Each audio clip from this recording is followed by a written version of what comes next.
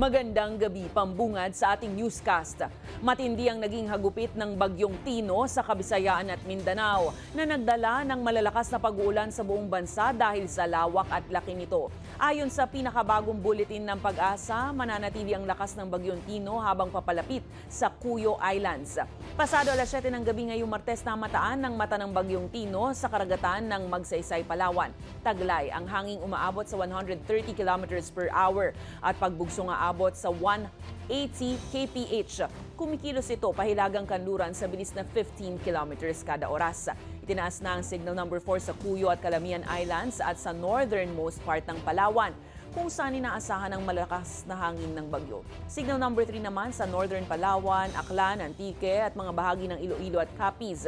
Habang signal number 2 sa bahagi ng Romblon, Oriental Mindoro, Occidental Mindoro, Palawan, Capiz, Iloilo, Guimaras at Negros Occidental. Nasa signal number 1 naman ang ilang pang bahagi ng Visayas at Mimaropa. Posibleng makaranas naman ng storm surge o daluyong na higit sa 3 metro ang mga baybaying lugar sa Mindoro, Palawan, Capiz, Antique, Iloilo, Guimaras at Negros Occidental.